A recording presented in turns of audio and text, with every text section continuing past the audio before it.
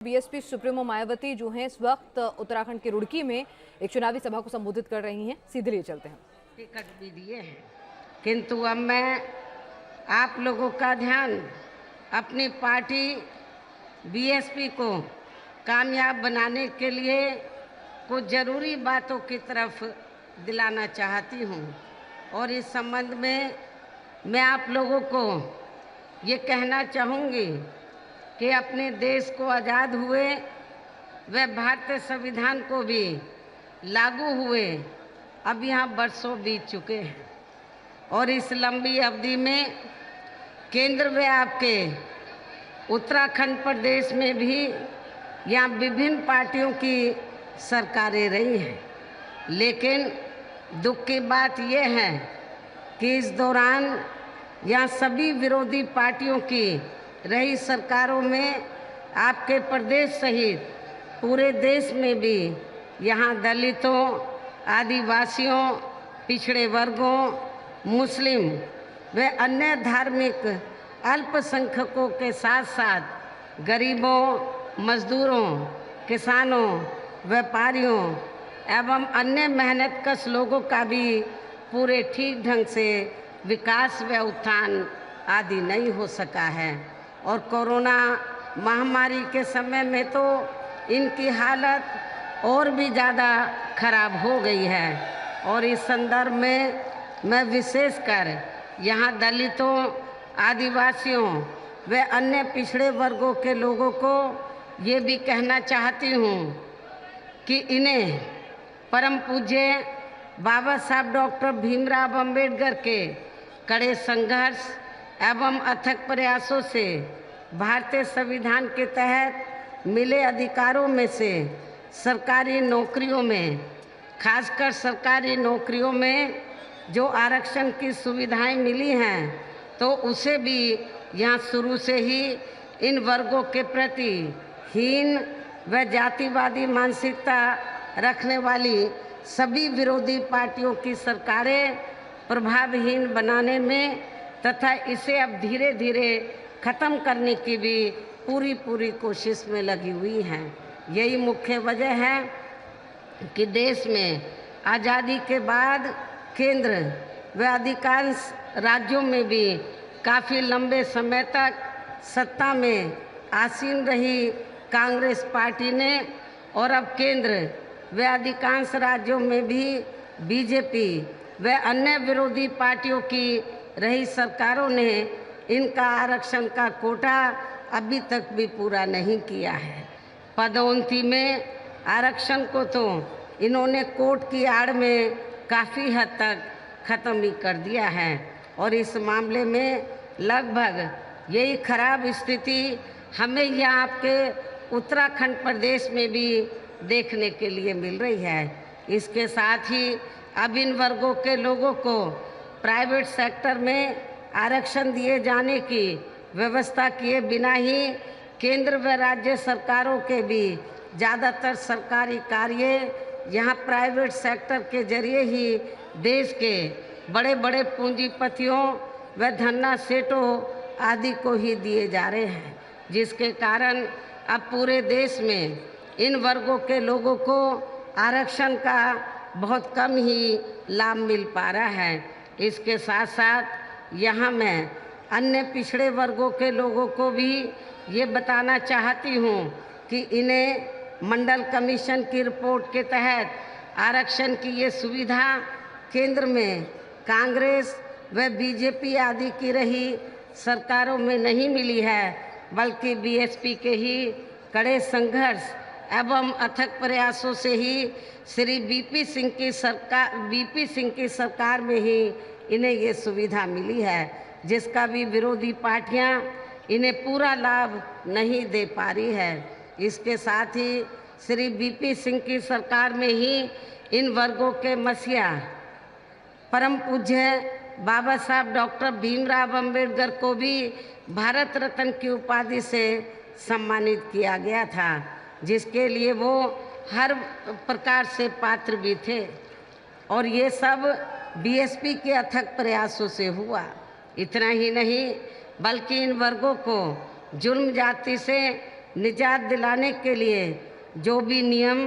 व कानून आदि बने हैं, तो उन पर भी अब केंद्र व राज्यों की सरकारें सही से अमल नहीं कर पा रही हैं, जिससे अब यहाँ विशेषकर दलितों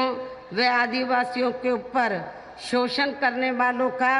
मनोबल और भी ज़्यादा बढ़ रहा है। और ये सब हमें यहाँ आपके उत्तराखंड प्रदेश में भी काफ़ी कुछ देखने के लिए मिल रहा है। इसी प्रकार हमें पूरे देश में मुस्लिम व अन्य धार्मिक अल्पसंख्यक समाज के लोगों की भी हालत कोई खास अच्छी नज़र नहीं आती है। उत्तराखंड प्रदेश में तो हालत बहुत ज़्यादा खराब है, जिसका काफ़ी कुछ खुलासा केंद्र सरकार की सच्चर कमेटी की रिपोर्ट में भी किया गया है। इसके साथ साथ अपर कास्ट समाज में से खासकर गरीब लोगों की भी हालत अभी भी यहाँ पूरे देश में काफ़ी ज़्यादा खराब व दयनीय बनी हुई है। इसके अलावा आपके प्रदेश सहित पूरे देश में सर्व समाज में से विशेषकर यहाँ गरीब, मजदूर, किसान, कर्मचारी, व्यापारी एवं अन्य मेहनतकश लोग भी अपनी विभिन्न समस्याओं को लेकर अभी भी हमें काफ़ी ज़्यादा दुखी ही नज़र आते हैं। और इनमें से किसान वर्ग तो केंद्र की वर्तमान भाजपा सरकार द्वारा बनाई गई इनकी गलत नीतियों के कारण काफ़ी ज़्यादा परेशान व आंदोलित भी रहे हैं, किंतु इन सब की मुख्य वजह हमारी पार्टी केंद्र व आपके उत्तराखंड प्रदेश में भी यहाँ अब तक रही सभी विरोधी पार्टियों की सरकारों की जातिवादी, पूंजीवादी एवं संकीर्ण मानसिकता के तहत बनाई गई उनकी गलत नीतियों एवं गलत कार्य प्रणाली को ही काफ़ी हद तक जिम्मेवार मानकर चलती हैं। और इस मामले में खासकर इनकी गलत आर्थिक नीतियों की वजह से ही आए दिन यहाँ पूरे देश में गरीबी, बेरोजगारी एवं महंगाई आदि भी काफ़ी ज़्यादा बढ़ रही है। जबकि इस मामले में शुरू में ही हमारी पार्टी केंद्र व राज्यों की सरकारों से भी हर स्तर पर ऐसी नीति अपनाने की लगातार ये मांग करती आ रही है कि देश में कुछ गिने चुने पूंजीपतियों व धन्ना सेठों का विकास होने की बजाय यहाँ गरीब व आम आदमी का ही विकास होना चाहिए। तभी फिर वास्तव में यहाँ की जनता अपनी गरीबी, बेरोजगारी, महंगाई व अन्य और सभी समस्याओं से भी काफ़ी हद तक मुक्ति पा सकती है। इसके साथ साथ पिछले कुछ वर्षों में अपने देश में भ्रष्टाचार भी हर स्तर पर काफ़ी ज़्यादा बढ़ा है, जिससे आपका खुद का अपना उत्तराखंड प्रदेश भी अछूता नहीं रहा है। और इन सब का मुख्य कारण हमारी पार्टी आज़ादी के बाद से लेकर अभी तक भी केंद्र व देश के अधिकांश राज्यों में तथा आपके यहाँ खुद के अपने उत्तराखंड प्रदेश में भी ज़्यादातर सत्ता यहाँ गलत पार्टियों में से खासकर कांग्रेस, बीजेपी व इनकी सहयोगी पार्टियों के हाथों में ही आने को मानकर चलती है। और इन सभी विरोधी पार्टियों को हमारी पार्टी इसलिए जिम्मेवार मानकर चलती है क्योंकि आज़ादी के बाद से लेकर अभी तक भी लगभग ये सभी विरोधी पार्टियां केंद्र व देश के अधिकांश राज्यों में भी ज़्यादातर यहाँ बड़े बड़े पूंजीपतियों व धन्ना सेठों की आर्थिक मदद से ही सत्ता में आती रही हैं। और सत्ता में आ जाने के बाद फिर ये पार्टियां अधिकतर मामलों में अपनी आर्थिक व अन्य सभी नीतियां या आम जनता की समस्याओं को दूर करने के हिसाब से तैयार नहीं करती हैं, बल्कि देश के उन बड़े बड़े पूंजीपतियों व धन्ना सेठों को ही फायदा पहुंचाने के हिसाब से अपनी अधिकांश नीतियां तैयार करती हैं, जिनके धन व बल से चुनाव लड़कर ज़्यादातर ये पार्टियां केंद्र व राज्यों में तथा आपके खुद के अपने प्रदेश में भी अभी तक यहाँ सत्ता में आती रही हैं। जिसके कारण ही अब पूरे देश में व आपके खुद के अपने प्रदेश में भी अभी भी हमें यहाँ सर्व समाज के लोग अधिकांश मामलों में अपनी विभिन्न समस्याओं को लेकर काफ़ी ज़्यादा दुखी व परेशान ही नज़र आते हैं, जबकि पूरे देश में बीएसपी ही अकेली एक ऐसी पार्टी है जो विरोधी पार्टियों की तरह देश के बड़े बड़े पूंजीपतियों व धन्ना सेठों की आर्थिक मदद से नहीं बल्कि अपनी पार्टी के ही आम कार्यकर्ताओं की आर्थिक मदद से चुनाव लड़कर यहाँ केंद्र व राज्यों की सत्ता में आना चाहती है, ताकि हमारी पार्टी सत्ता में आने के बाद फिर बिना किसी दबाव के वे आज़ाद होकर सर्व समाज के लोगों की सभी समस्याओं का समाधान करके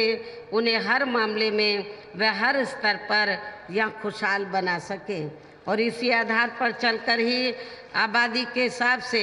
देश के सबसे बड़े प्रदेश अर्थात उत्तर प्रदेश में 4 बार हमारी पार्टी ने अपने नेतृत्व में यहाँ सरकार चलाई है।